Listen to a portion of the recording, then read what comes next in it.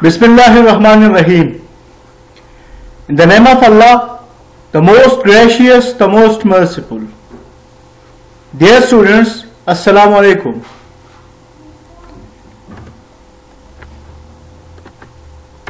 I am your teacher, Samiul Haq. Hope you all will be fine, hale and hearty.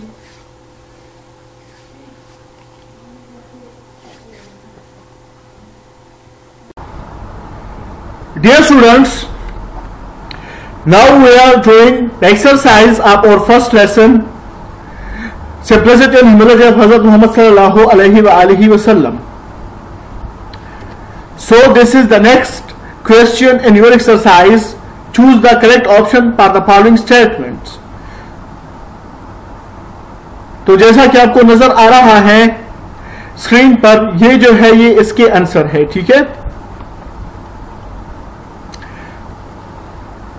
अब ये जो है दूसरे नंबर पर जो क्वेश्चन है वो है विकैबुलरी। तो विकैबुलरी में सबसे पहले हम पढ़ेंगे कि गाइड वर्ड्स किसे कहते हैं और एंट्री वर्ड्स किसे कहते हैं। What is the difference between guide and entry words.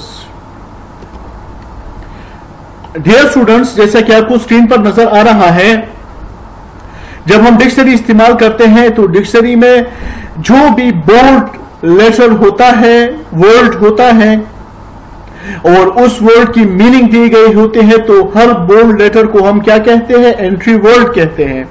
जैसा कि आपको ये नजर आ रहा है स्पेल बाउंड, तो ये क्या है, ये एंट्री वर्ड है। यानी डिक्शनरी का हर लफ्ज जो कि बोल्ड में लिखा हुआ होता है और जिसकी मीनिंग दी गई होती है वो एंट्री वर्ड होता है, ठीक है ना। अब हम आते हैं गाइड वर्ड्स की तरफ। तो guide words are found at the top of dictionary pages. जैसा कि आपको पता है कि अब जब हम डिक्शनरी यूज करते हैं तो मुख्तलिफ अल्फाज तक पहुंचने के लिए हमें कुछ क्लूज का सहारा लेना पड़ता है। तो डिक्शनरी के पेज के ऊपर जो गाइड वर्ड्स दिए गए होते हैं उसे हम क्या कहते हैं, गाइड वर्ड्स। यानी जैसा कि आपको अभी स्क्रीन पर नजर आ रहा है ग्लेशियर, सो इसका मतलब ये होता है कि GLA, जी से और इसके बाद L से, इसके बाद C से,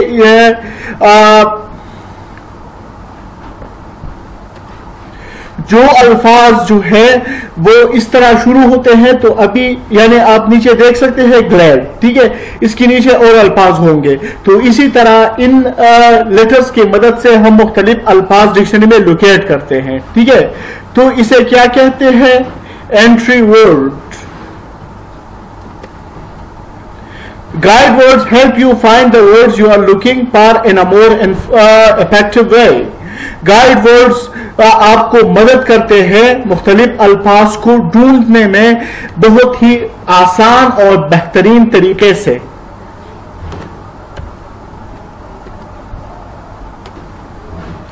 आप लोगों की अंडरस्टैंडिंग के लिए डिक्शनरी में जब हम यूज करते हैं तो जब पहला वर्ड होता है उसे हम क्या कहते हैं, एंट्री वर्ड। इसके बाद क्या आता है, प्रोनाउंसिएशन आता है, ठीक है ना।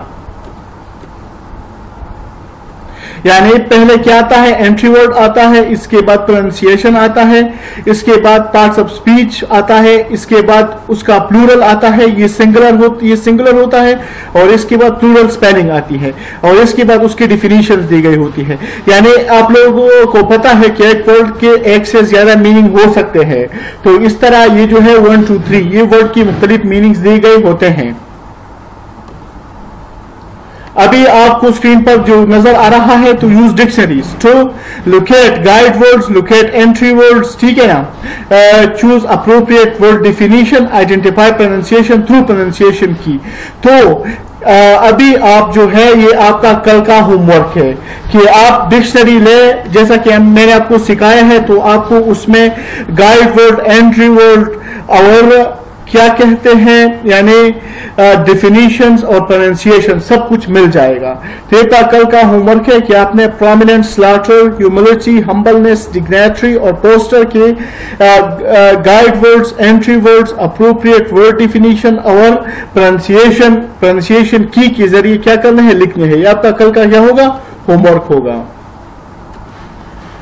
अब हम आते हैं नेक्स्ट क्वेश्चन की तरफ, जो कि है choose the correct option for each sentences. ठीक है, तो जैसा कि मैंने आप लोगों को पहले पढ़ाया है कि ये नाउन की कितनी अक़साम है और ये सब किसे कहते हैं। ठीक है, लेकिन यानी सक्सेस जो है वो कौन सा है, अनकाउंटेबल नाउन है। ठीक है, शुगर क्या है, ये भी अनकाउंटेबल नाउन है। हनी क्या है, अनकाउंटेबल नाउन है।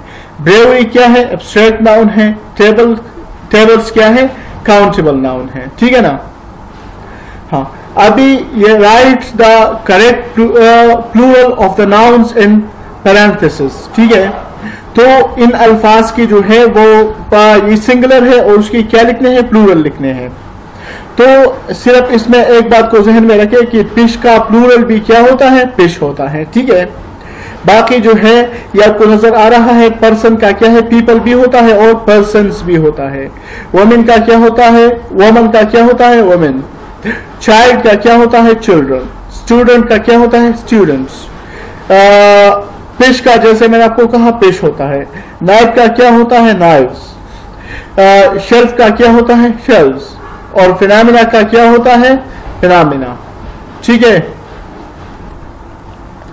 ये जो ग्रामर में सी नंबर पार्ट है ना, तो इसमें जो लिखा है कि आप some nouns change meaning in plural form. So जैसा कि आम क्या होता है, आर्म्स होता है। आर्म क्या है, पार्ट ऑफ बॉडी भी है, लेकिन और आर्म्स को हम क्या कहते हैं, वेपन्स कहते हैं। तो यानी तासुताब पतई छिरका कमची वाहिदी और कमची जमई नो बाजी दिसी अल्फाज दी छिलागी वाहिद सी कम देगा ना आगा यो मीनिंगी और द जमई बल मीनिंगी लकोस मुमके उतके वायु मतलब यानी आर्म जो है और आर्म्स सिंगुलर है और आर्म्स क्या है, प्लूरल है। लेकिन आर्म की मानी है यानी जिस्म का एक हिस्सा और आर्म्स की मानी क्या है, हथियार, वेपन्स। तो जैसा कि आपको नीचे इस सेक्शन नंबर सी में मुख्तलिफ लफ्ज दिए गए हैं, तो आपने हर एक लफ्ज को की मीनिंग लिखने हैं और उसको अपने अपनी सेंटेंसेस में इस्तेमाल करना है। सेंटेंसेस में इस तरह इस्तेमाल करना है कि मुख्तलिफ वर्ड्स की मीनिंग जो है वो वाज़ेह हो जाए। ठीक है, तो ये भी पहले वाले क्वेश्चन के साथ साथ आपका कल का होमवर्क होगा। ठीक है, डेरा डेरा मेहरबानी, शुक्रिया, खादो सही आबादो सही, मेहरबानी।